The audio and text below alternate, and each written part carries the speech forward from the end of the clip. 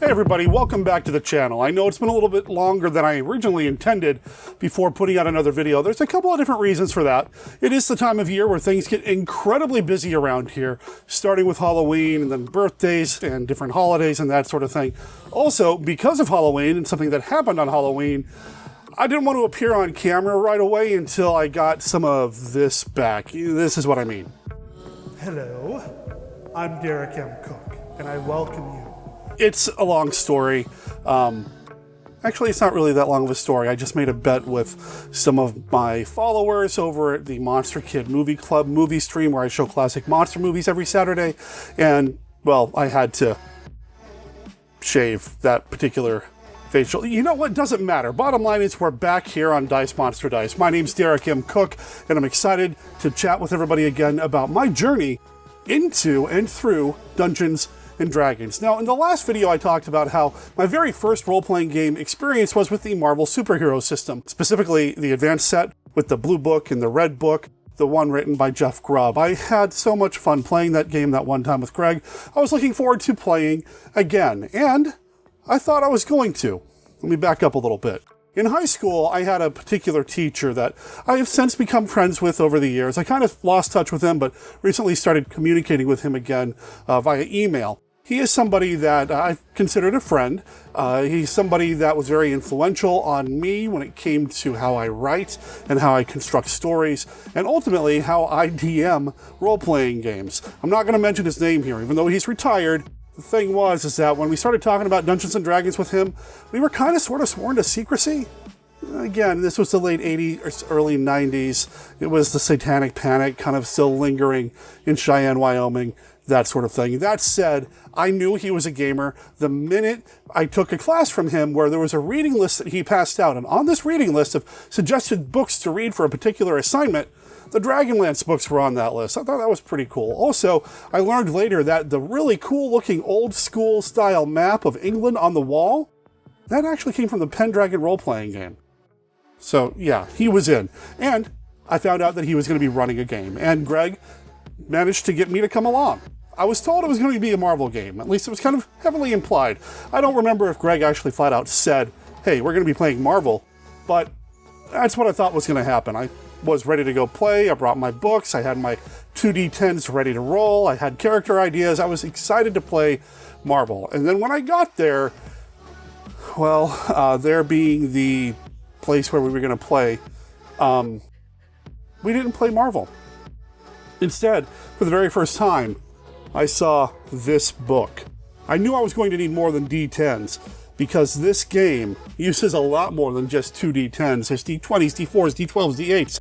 D10s, I was fascinated by the D12s. Don't know why, there's just something about them that seemed a little off. Turns out they're not used very often, maybe that's why, but I really like the D12s, but I digress. Now, I have a feeling that if I really stood my ground, we probably would have ended up playing Marvel. I didn't feel 100% comfortable playing Dungeons and Dragons, though. Again, a lot of that lingering satanic panic. I was active in my church back then, so there's a little bit of iffiness involved. But I was with one of my best friends at the time. I was with this teacher that I really respected, and the other people that were at the game, they seemed kind of cool too, so I trusted Greg. I trusted the teacher. Let's go ahead and play some Dungeons and Dragons. My very first character, I still remember quite fondly. He was a magic user because back during the first edition days, there were no wizards or sorcerers or warlocks or anything else. It was magic users and illusionists, but magic users were the big thing when it came to casting spells, and that's what I ended up playing. I became a character named Danforth, and where that name came from was a short story that I had written back in high school featuring a character named Master Danforth, who was kind of like a magic school teacher. And I specifically remember this story that I wrote featuring Master Danforth, or at least the start of a story, where he was teaching a class of students mixing spells and potions and that sort of thing, and there was a problem. One of the students melted, and he was just really upset and told another student to go get a mop. So I used that name Danforth for my first character, and he wasn't a master by any means. He was a first level character, and we dove in. If I remember correctly, Greg played a ranger. I think we had a paladin, and I don't remember who else we had. Maybe just a regular fighter? I don't remember. But we dove into this game, and it was was eye-opening. It was game life-changing. I had so much fun playing Dungeons & Dragons with my friends, with some new friends, with this teacher that I respected. It was an amazing time. I had so many experiences with this core group of people. Now, a couple of other players did come to join us after a while, and they were awesome too. I had learned a lot about how to tell a story at the Dungeons & Dragons table, at a role-playing game table, through those sessions. Now, even though we were playing this game, and this game has very specific rules about how spells work, I've heard it referred to as the Vancian magic system. This DM had a house rule. He had changed how magic worked. Now, I don't know if as a first-time player I was ready to do something off-book, but he made it make sense, and it's actually something that I carried on through my own DMing down the line. We used a spell point system, where as a magic user, we used our intelligence as our main stat, and instead of going by the charts in the book, we assigned spell points to my character based on my intelligence score. And then each spell had a point cost, and the higher the spell level, the more points it costs, unless you were at that level. So yeah, it was really interesting, and something that kind of stuck with me for a very, very long time. So that's one thing that I learned from him back then. Also, he played music during his games, and to this day, when I'm playing a game or running a game, if there's not a soundtrack of some sort, I feel like something's missing.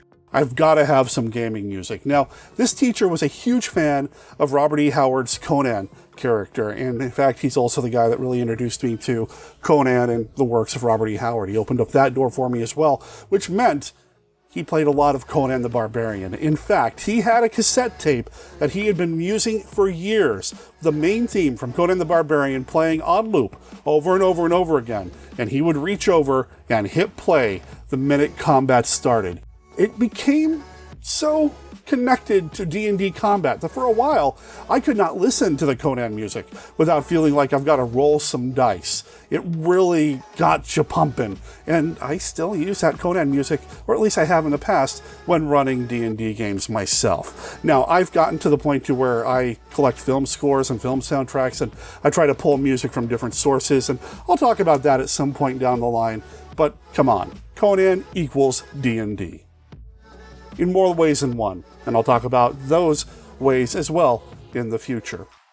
Another thing that he did is he had his DM screen set up, and a rubber skeleton about that big. I don't remember the exact size, but it was posable. It was like a bendy skeleton, and he had it propped up at the top of the DM screen, and when there was combat and somebody was in danger of dying, he would have that skeleton turn its head to look at that particular player. It's just a little fun little thing he did. Now, I didn't start doing that with my games, but I mean, come on, it's kind of fun. That first game led to an ongoing campaign. I played Danforth through many levels, and I learned about how Dungeons & Dragons work.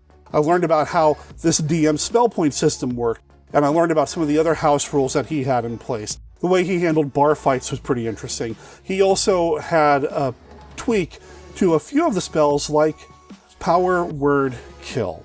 Now, this is a pretty powerful spell. Power Word Kill. It does pretty much what it sounds like it does. Yeah, there might be some saving throws or some chances to avoid it, but it's a big deal. This DM had changed Power Word Kill to where anybody could cast it if they knew it. It didn't matter what level you were. I mean, it was a big deal, but you could have it. But there was a cost. And that cost was, you die if you cast it. If you use Power Word Kill to take somebody else out, you're sacrificing yourself for the magic. Danforth had Power Word Kill, and he used it at the very, very end of that first campaign. There was a magic user whose name I completely forgotten. I believe it started with an L. Don't remember for sure. But there was a magic user who was one of the big bads. Not the big bads, but one of the big bads in the game. And we thought we took care of him at one point in the game. I was pretty proud of myself, actually, because we took out this evil magic user as a group. But he turned back up at the end and became part of the final game for that campaign. Another house rule that this DM had was that if your character is going to die, if he takes enough hit point loss or she takes enough hit point loss to go to 0 and die, you get one final action. You get one final chance to make some sort of impact on the world before you leave it. Call it a sacrifice, call it going out swinging, whatever. I found it fascinating, and it is something that Danforth took advantage of, because fighting this magic user was deadly at the end, and he was going to kill Danforth. The DM looked at me and asked if I'd like to do one final thing. And I said yes. He asked what that would be, and because I had it, I said I wanted to cast Power Word Kill. I knew I was going to die anyway. Now, not really a sacrifice at this point. My character was going down. That said, the DM looked at me, grinning. Really? Something about the way he looked at me at that point just thrilled me to no end. I knew the character was going out, but, you know, I went out swinging, and I took down one of the big bads.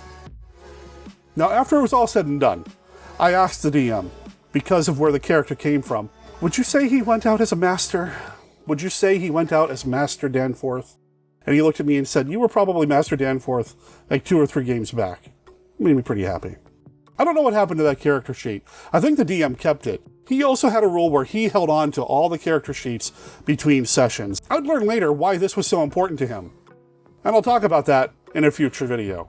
I'm putting a lot of teases in here. I'll talk about this in a future video, and that in a future video. It might be a tease, might be a way to get you to come back.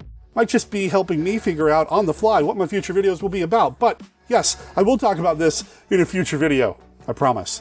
Something else I'm going to talk about in a future video.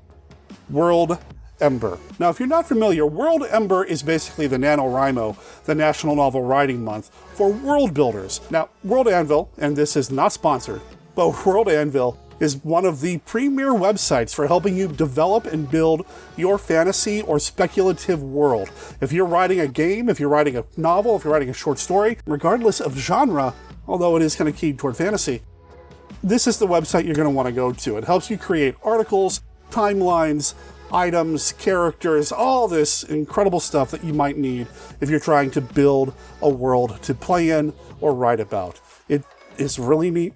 It's free to get started, and WorldEmber is their yearly challenge to come up with a world of your own. NaNoWriMo asks you to write 50,000 words in a month. That takes place in November. WorldEmber, because world creation is a little different, they're asking for 10,000 words of original world-building material. Done in a month, throughout the rest of the year. There are prizes, there are badges that you can get, badges for your online profile at World Anvil, that sort of thing. And I'm going to participate. Now, I haven't started yet, and it is what? The first weekend of December, which means I've got a little bit of catching up to do. But I've got a world that's been bubbling around in here for years. It's been there since the last time I played Dungeons & Dragons, before getting back into it, which means it's been there since the 3.5 days. It is a world that I wanted to actually run some games in, and going through some old material, I found some maps, I found some character names, I found some city names. I have some ideas that I want to further flesh out that I've had since then, but I have a whole bunch of original material that I wrote back then, before I got out of gaming, for a few different reasons, that I'd like to get back to. And that's what's going to happen. So I am going to be starting a world building series here on the Dice Monster Dice YouTube channel. The Harsh Kingdom is what I'm calling it, and I'm really excited to share with you my journey through world building the Harsh Kingdom setting for future Dungeons & Dragons games. My intention is to create the Harsh Kingdom campaign setting, complete with a book and a whole bunch of other supplemental material that will eventually be on sale at DriveThruRPG. Stay tuned for that. It'll be in a future video. Now, if you have any comments between this video and any future videos, please feel free to leave them down below. Also, while you're here, if you haven't done so already, please consider subscribing to the channel, maybe even hitting that little bell so that you get notified the next time I release a new video here at Dice Monster Dice. My name is Derek M. Cook. Thanks for coming along with me on my D&D journey, and I'll talk to you next time.